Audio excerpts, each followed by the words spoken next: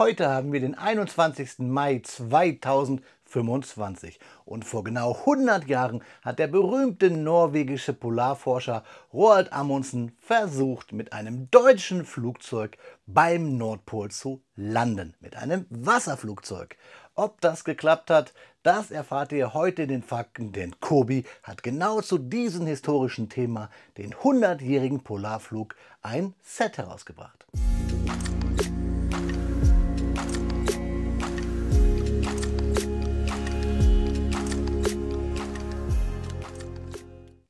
Willkommen in der Noppenklötzchenscheune. Mein Name ist Blockstar und Freunde, alleine der Name Roald Amundsen ist schon ein Video wert. Richtig cool, wenn Kobi noch eine Dornier J-Wal draufgelegt hat, die N25, das Kobi-Set 1384.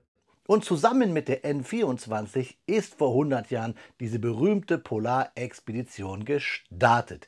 Ob die geklappt hat, das erfahrt ihr gleich in der Faktenzeit. Zuerst schauen wir uns aber den Inhalt dieses Kartons aus der Historical Collection Fram genauer an. Und wenn ihr euch fragt, was das ist, das alles klären wir gleich auf dem Bautisch.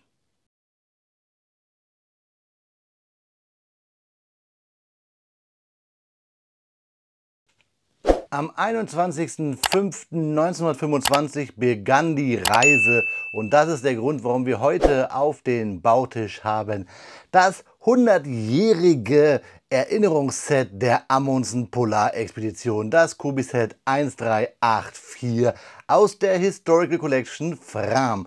Und Fram war ja das legendäre Schiff, mit dem Roald Amundsen eine der berühmtesten Polarexpeditionen durchgeführt hat, und deswegen gibt es in Norwegen das Fram Museum. Es gibt auch das Schiff, das diesen Namen trug, von Kobi.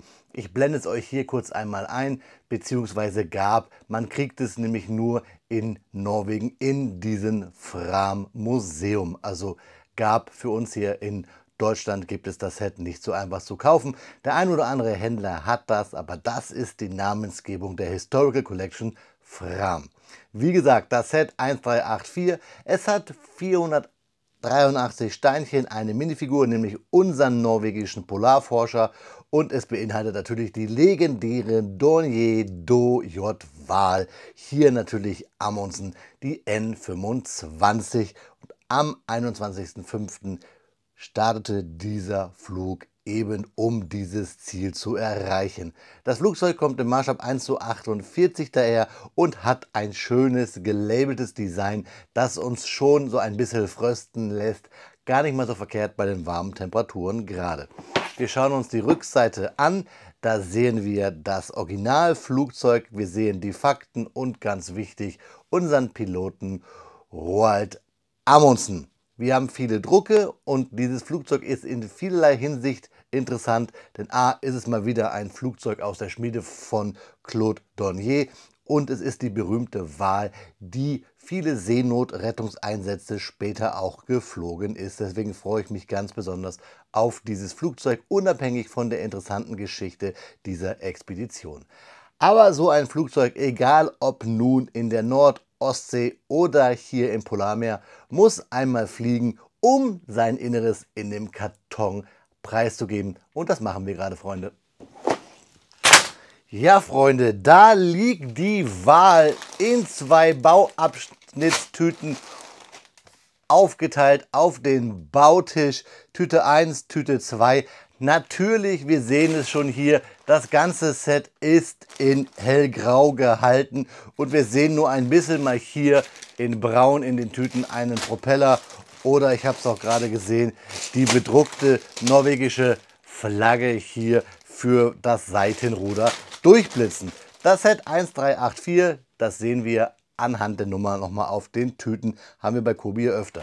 Die Tüten sind einigermaßen bepackt, nehmen wir mal so dahin, und die Anleitung ist DIN A4 Klammer gebunden und ganz wichtig der Hinweis, alles pad printed, also alles nur Drucke, das sehen wir ja hier auch. Ich packe die Tüten mal zur Seite, wir starten dann natürlich gleich mit dem Bau mit der Tüte 1, die uns auch gleich hier ans Herz gelegt wird. Wichtig immer diese Legende zu lesen, weil Kobi ja einige Steine in Doppelnutzung hat, dann in einer anderen Form. Das sehen wir hier bei Slopes in einer verschiedenen Neigung oder auch bei Brackets Da haben wir manchmal dickere Frontplatten oder auch die Noppenaufnahme.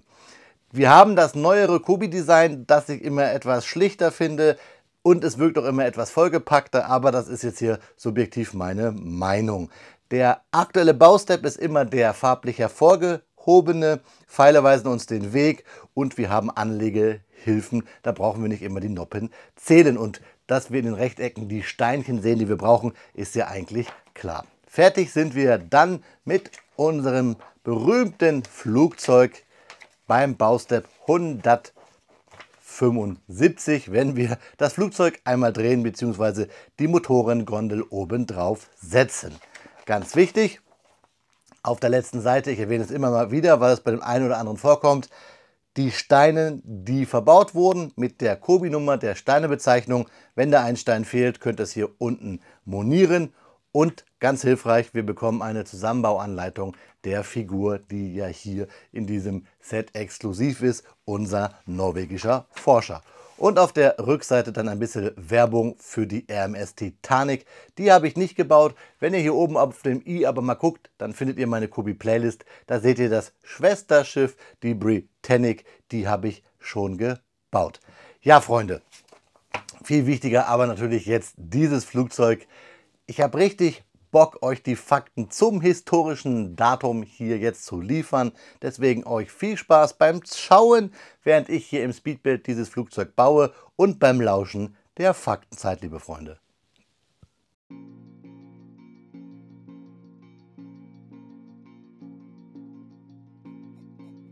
Speedbuild-Zeit ist Faktenzeit. Heute nehmen wir euch mit auf eine der dramatischen und zugleich faszinierendsten Expeditionen der Polargeschichte.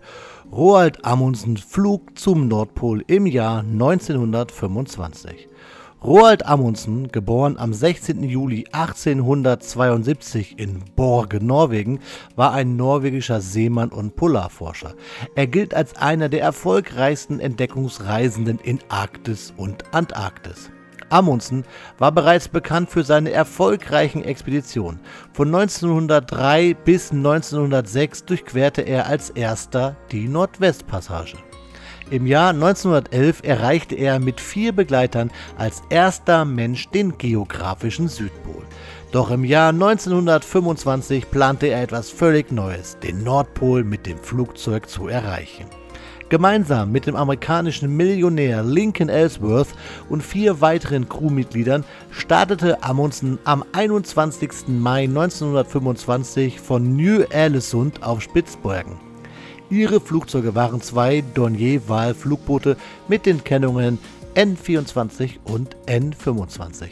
An Bord der N25 befand sich Amundsen, der Pilot Halmir Riesa-Larsen und der Mechaniker Karl Voigt. Die N24 wurde von Leif Dietrichson geflogen, mit Lincoln Ellsworth als Navigator und Oskar Omdahl als Mechaniker. Nach über 8 Stunden Flugzeit landeten beide Flugzeuge auf dem Packeis bei etwa 87 Grad und 44 Minuten nördlicher Breite, nur etwa 255 Kilometer von Nordpol entfernt. Die N24 wurde bei der Landung beschädigt und war nicht mehr flugfähig. Die 6 Männer standen vor der Herausforderung, auf dem driftenden Eis eine Startbahn für die N25 zu bauen und zurückzukehren. In den folgenden 3,5 Wochen arbeiteten sie unermüdlich, um eine etwa 500 Meter lange Startbahn zu errichten. Dabei mussten sie täglich Tonnen von Schnee und Eis bewegen, während sie mit minimalen Vorräten auskamen. Ihre tägliche Ration betrug etwa 400 Gramm Nahrung pro Person. Am 15. Juni gelang es schließlich, die N25 mit allen 6 Männern an Bord zu starten. Sie landeten sicher an der Nordküste von Nordostland, einen Teil von Spitzbergen. Von dort wurden sie von einem zufällig vorbeikommenden Robbenfänger aufgenommen und zurück nach Ny-Ålesund gebracht. Diese Expedition war ein Meilenstein in der Geschichte der Polarforschung und der Luftfahrt. Sie zeigte, dass selbst in den extremsten Bedingungen menschlicher Wille, Teamarbeit und Entschlossenheit unglaubliche Leistungen ermöglichen können. Gemeinsam mit dem italienischen Ingenieur Umberto Nobile steuerte Amundsen das halbstarre Luftschiff Norge und überflog am 12. Mai 1926 als erster Mensch nachweislich den Nordpol, indem er von Spitzbergen nach Alaska quer über das Eis fuhr. Somit gelang es Roald Amundsen am Ende doch, in der Luft zum Nordpol zu gelangen. Aber da wir hier ja eine Dornier-Wahl bauen bei Kobi, ist ja die Frage, wie geht es weiter mit genau dieser, der N-25? Nach der Expedition wurde das Flugzeug von Dornier instand gesetzt und schließlich bekam sie das Kennzeichen D1422. Es kam zur Deutschen Verkehrsfliegerschule auf Sylt, wo es für Wolfgang von Gronaus Nordatlantiküberquerung erfolgreich genutzt wurde. Zu dieser deutschen Pioniertat der Luftfahrtgeschichte aber später mehr. Sprechen wir noch einmal über Umberto Nobile. Dieser startete 1928 erneut zum Pol. Bei der Rückkehr stürzte das Schiff ab. Amundsen beteiligte sich an der Rettungsaktion und verschwand am 18. Juni 1928 spurlos über der Barentssee. Roald Engelbrekt Raving Amundsens Geschichte endete tragisch hier. Die Geschichte der N-25 ging aber weiter. Im Jahr 1930 startete von Gronau mit der D1422 von Sylt aus und überquerte den Atlantik über die Färöerinseln, Island, Grönland und Labrador, bevor er in New York landete. Dieser Flug war ein weiterer bedeutender Meilenstein in der Geschichte der Luftfahrt. Im Jahr 1932 landete die ehemalige N-25 auf dem verschneiten Flugplatz Oberwiesenfeld in München und kam ins Deutsche Museum. Dort wurde sie durch Fliegerangriffe in den Jahren 1944 und 1945 zerstört. Ein Nachbau des Amundsen-Wals ist heute im Dornier-Museum Friedrichshafen zu begutachten. Die Replik wurde nach Originalplänen ab Juli 2010 in Ungarn gebaut und am 25. Juli 2012 in einem Festakt in die Ausstellung aufgenommen. Ausgebildet durch das Überwintern der Belgica bei seiner ersten Polarexpedition auf dem namensgebenden Schiff, gestählt durch die Strapazen der Fram-Expedition zum Südpol und gekrönt von waghalsigen Luft- und Flugbootmissionen, bleibt Roald Amundsen der einzige Entdecker, der in einer Lebensspanne Nordwestpassage, Südpol- und Nordpolmeisterungen zu Schiff, zu Fuß, im Flugboot und im Luftschiff vollbrachte.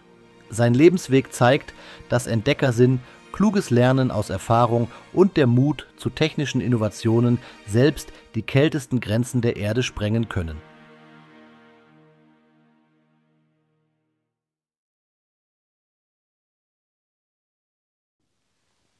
Nach 1 Stunde und 14 Minuten Bauzeit steht die Dornier Do-J-Wal hier in der Amundsen-Ausführung der N-25 auf meinen Bautisch. Das Set zum 100. Jahrestag der Polarexpedition von Herrn Amundsen.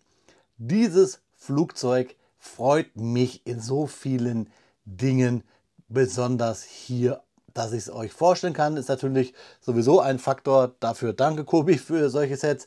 Nein, aber ich habe schon anklingen lassen, hier haben wir etwas richtig Historisches. Wir haben die Fakten, die ich erzählen konnte zu Herrn Amundsen. Ich konnte etwas über generell dieses Flugzeug erzählen und ich hoffe ja, dass Kobi noch einmal irgendwann eine vielleicht militärische Wahl rausbringt, denn dieses Flugzeug in seinen Variationen hat ja auch im Zweiten Weltkrieg seinen Nutzen gehabt, zum Beispiel bei der Rettung von gewasserten Piloten, bei der Aufklärung und. Und dann kann ich euch vielleicht noch mal ein paar Fakten generell über Herrn Dornier erzählen oder über Flugboote allgemein. Ich finde richtig gut, dass Kobi hier das Tor in die Welt der Flugboote aufgemacht hat und auch hier die Geschichte mit Amundsen für uns alle zugänglich gemacht hat und auch ein bisschen das Fram-Museum getriggert hat. Ich habe es euch bei der Kartonbesprechung gezeigt. Dort kann man ja auch die legendäre Fram, die ja auch einen Bezug hatte zu Herrn Amundsen, sogar bestellen in Norwegen. Leider nicht bei uns so erhältlich. Beziehungsweise, wenn ihr das schon mal gemacht habt, in Norwegen was bestellt habt, könnt ihr mir das ja gerne mal in die Kommentare schreiben. Es gibt eigentlich nicht viel zu sagen zu den Steinchen, die über sind. Ihr seht, das hält sich in Grenzen. Wirklich nicht viel. Der übliche Beifang, ein paar Bars, ein paar Bolzen und 2 Bügelperlen sowie den Bügelperlenapplikator. Dann haben wir die Figur, die wir uns gleich angucken. Aber ich möchte mit euch über die Anleitung reden, denn da finde ich etwas ganz cool. Und zwar muss ich es kurz blättern, weil ich vergessen habe, es mir zu markieren. Denn Kobi hat hier etwas, was ich selten gesehen habe, auch gerade bei Kobi, und ich weiß gar nicht, ob das andere Hersteller auch so machen, und zwar beim Seitenleitwerk hier unserer Donjeval, wenn wir nämlich auf das Hoheitsabzeichen kommen, die berühmte Flagge Norwegens. Und ihr seht hier, ganz oft haben wir halt Steine, die von unten bedruckt sind und wir sehen gar nicht, wie rum muss das nun gemacht werden. Und hier macht Kobi den Weg, den es ja kennt, indem es Farben wegnimmt. Nein, hier macht es den ganzen Stein für uns durchsichtig und wir können dann genau sehen, wie muss die Position der beiden Steine liegen, damit wir es verbinden können. Hier mit diesem Baurichtungsumkehrstein in 1x4er. Das finde ich richtig gut. Kobi, wenn ihr damit jetzt anfangt, bitte immer wieder gern. Ich habe ab und zu wirklich mal das Problem, wenn man was drehen muss und dann wieder drehen muss und wieder drehen muss, da verliert man gerade bei so einem Modell, was zum Beispiel in Grau ist, ja gerne mal den Überblick. Und deswegen passt das hier ganz gut. Sonst lässt sich dieses Flugzeug ganz easy peasy wegklemmen. Wenn ihr kein Freund seid von so Gestängen und da müsst ihr ein bisschen friemeln, hier auch bei den Stabilisatoren des Höhenleitwerks, dann ist so ein Flugzeug vielleicht nichts für euch. Es hält sich aber in Grenzen. Schauen wir uns Herrn Amundsen an. Ich habe euch den ganzen Namen bei den Fakten vorgelesen. Mit seinem Spitzbart hier, ja fast schon wie so ein Musketier. Dann die Hose ganz schwarz, die Handschuhe und dann sein brauner Anzug, der ihn ja typisch wie ein Piloten da aussehen lässt. Hat er schwarz abgehoben, einige Taschen. Also perfekt für so einen Polarforscher. Skier sind keine dabei, das wäre vielleicht doch lustig gewesen. Also eine Figur, die überraschend langweilig spektakulär ist. Denn es ist nun mal Herr Amundsen, aber sonst ist die Figur bis auf den Bart, sage ich mal, ja, fast generisch. Wir kennen solche Figuren bei Kobi. Trotzdem für mich als Sammler ein absoluter Muss. Und ich habe euch ja extra als Infokarte ja auch hier ein Originalfoto von Herrn Amundsen mit beigepackt. Kommen wir aber nun neben Herrn Amundsen zum, ja, logischerweise hier technischen Mittelpunkt dieses Videos, nämlich unsere Donjeval, die so schön, ja, hier wackelt auf meinem Bautisch. Sie glänzt richtig, obwohl es das typische Kobi Grau ist. Sie hat einen glatten Untergrund, also wir haben hier wirklich Wasserboot-Feeling auf meinem weiß-grauen Bautisch, der auch so ein bisschen fast arktisch daherkommt. Also ich brauche so noch nicht mal einen Drehteller, um euch hier das Flugzeug präsentieren zu können, weil einfach der Untergrund glatt ist, der ist gefliest, das zeige ich euch. Das ist schon mal der Hammer. Wir haben tolle Drucke, hier Donjeval, die N25 auf den Tragflächen, bzw. der Tragflächenseite jeweils an der Seite, plus hier die Fahne Norwegens, bzw. Norge, wie es die Norweger ja selber sagen. Wir haben 2 Öffnungen, wo wir Figuren reinstecken könnten, hier vorne, da und auch nochmal unter den Tragflächen versetzt, hier hinter dem zweiten Propeller, und es sieht einfach klasse aus. Also normalerweise bin ich bei so grauen Flugzeugen immer so ein bisschen ja, vorsichtig, aber es ist das zweite Flugzeug, was in Grau daherkommt, in das ich mich verliebe. Letztens noch die Dassault Rafale und jetzt hier die graue Wal.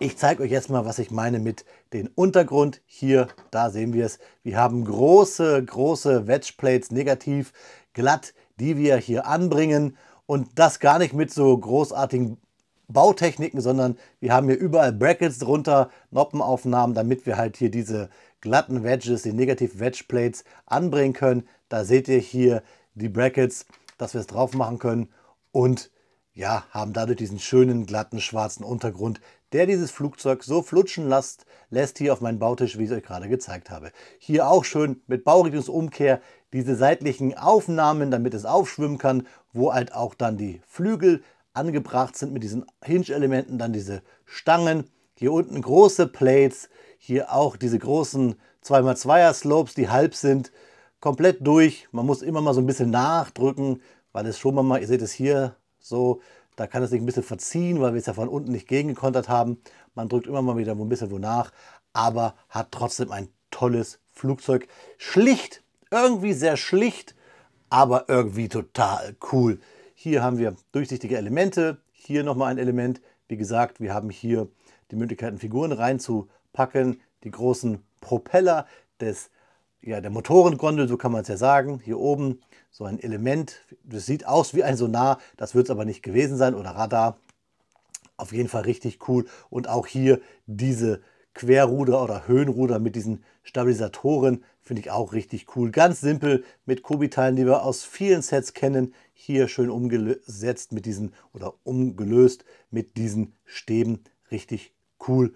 Und auch hier alles glatt gehalten. Und ja, also wir haben zwar ab und zu mal Spaltmaße hier, da hat Kobi Kobi hat ja sehr dünne Steine, aber hier haben wir es nicht. Wir bauen die sonst überall wo ein und auch hier so überall sieht man mal so ein bisschen so ein Spaltmaß, aber der Gesamteindruck ist einfach cool. Wir haben hier die Wahl. Es müssten eigentlich hier so noch Fenster eingebaut sein und es gab auch so ein bisschen erhöhte, dann später in den anderen Versionen, aber so diese frühe Wahl gefällt mir richtig gut. Ich habe es, glaube ich, schon ein paar Mal gesagt. Ich weiß auch gar nicht, was ich euch bautechnisch da sagen soll, weil man sieht es ja, es ist nicht wirklich kompliziert gebaut. Wir haben hier ein bisschen Baurichtungsumkehr, ich habe es euch gesagt, sogar ein bisschen asynchron, wenn man mal hinguckt beim Bauen. Das hat mir auch gefallen.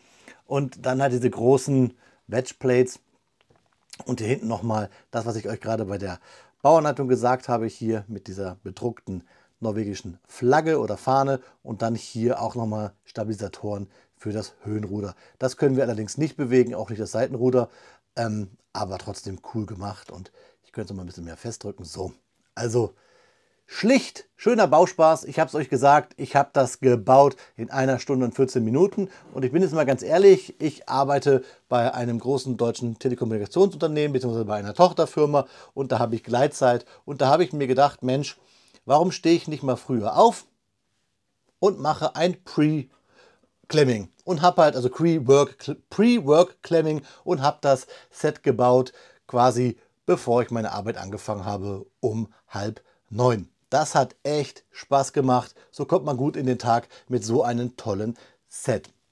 Ich habe nichts auszusetzen.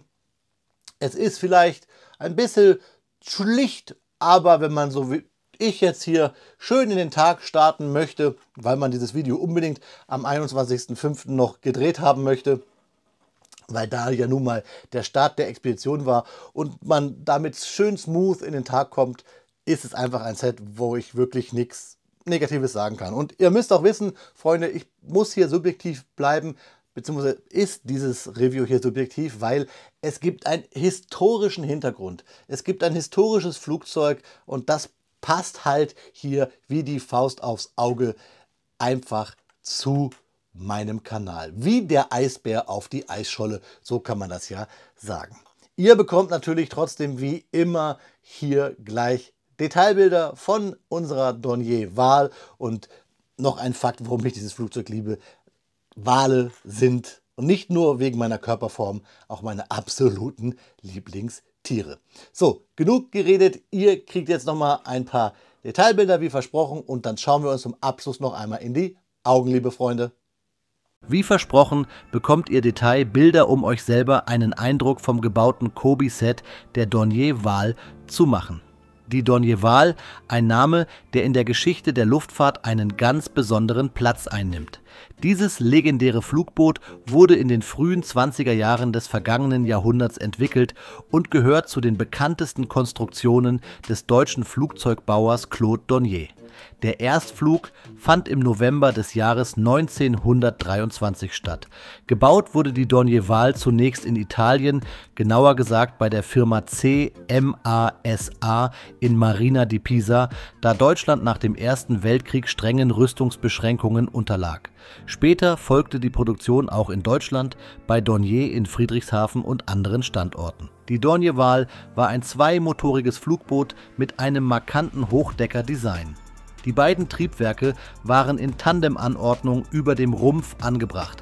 Eines trieb einen Druckpropeller an, das andere einen Zugpropeller. Je nach Version wurden Motoren von Rolls-Royce, BMW oder Napier eingebaut. Die Spannweite betrug rund 20 Meter, die Länge etwa 12,5 Meter. Die Reichweite lag bei bis zu 1000 Kilometern, für die damalige Zeit ein beeindruckender Wert. Über 200 Exemplare der Dornier Wal wurden gebaut, darunter auch Varianten für den zivilen Luftverkehr wie bei der Lufthansa, aber auch viele für militärische Zwecke. Besonders berühmt wurde die Dornier Wal durch spektakuläre Expeditionen. Über die von Polarforscher Roald Amundsen und Wolfgang von Gronau haben wir ja schon in der Faktenzeit erfahren. Die Konstruktion der Wal war äußerst robust, ihr Rumpf bestand aus Duraluminium und war als Bootsrumpf geformt, perfekt geeignet für Starts und Landungen auf dem Wasser. Sie wurde von vielen Nationen eingesetzt, darunter Spanien, Italien, die Niederlande, Japan und Brasilien. Die Dornier Wal war damit nicht nur ein technisches Meisterwerk, sondern ein Symbol für Pioniergeist, internationale Zusammenarbeit und für das Abenteuer in einer Zeit, in der das Fliegen noch wagemutig und gefährlich war. Ja, Freunde, da ist das Video schon zu Ende und diesmal sage ich Gott sei Dank, denn nicht, weil das Set schlecht ist, sondern es ist etwas befremdlich mitten im Mai, wo es so schön warm wird, wo wir Richtung Sommer marschieren, über das Thema Eis, Schnee und Polar- bzw. Antarktis zu reden. Grund dafür ist dieses tolle Set, ich habe es euch gerade in den Reviews schon gesagt, ich finde es einfach klasse, hier so ein historisches Flugzeug der Zwischenkriegszeit, kann man ja sagen, auch wenn es dann im Krieg genutzt wurde, gebaut zu haben mit so einer coolen historischen Persönlichkeit wie Herrn Amundsen. Und dann auch noch die Kombination mit Dornier als Hersteller des Flugzeugs. Wahnsinn, Wahnsinn, Wahnsinn. Kein schwerer Bau, ich habe es euch gesagt, es ist ganz easy zu bauen. Es hat interessante Bautechnik, weil wir trotzdem eine schöne runde Form hinkriegen. Das habe ich euch auch gerade schon gesagt. Und es ist auch so schön glatt. Mein Wal hier, der dreht seine Kreise fast so wie Moby Dick um den Walfänger. Ja, Freunde, schreibt mir eure Meinung gerne mal zu solchen historischen Sets von Kobi in die Kommentare. Was haltet ihr davon? Es muss ja nicht immer Tarnfarben sein. Und generell dieses Jahr 2025 sind wir ja sehr gesegnet, was auch Sets mit nicht militärischem Hintergrund bei Kobi angeht. Schreibt mir das aber gerne mal in die Kommentare. Auch gerne, wenn ihr es anders habt. Ich möchte es ja gerne wissen. Ich möchte wissen, wie ihr da draußen, wenn ihr Kobi-Klemmer seid, tickt. Lasst es mich wissen. Und ihr wisst ja auch, ich antworte auf jeden Kommentar. In diesem Sinne, Freunde, jetzt weg von den Gedanken des Schnees. Trotzdem muss ich erstmal für mein kleines Polarwalchen jetzt einen Platz im Regal suchen. Aber das soll nicht euer Problem sein. Ich wünsche euch, wie immer, ja, einen guten Flug oder Schiff Ahoi. Wir haben ein Flugboot. Sucht es euch aus. Auf Wiederbauen. Euer Eisbär, der Vlogstar.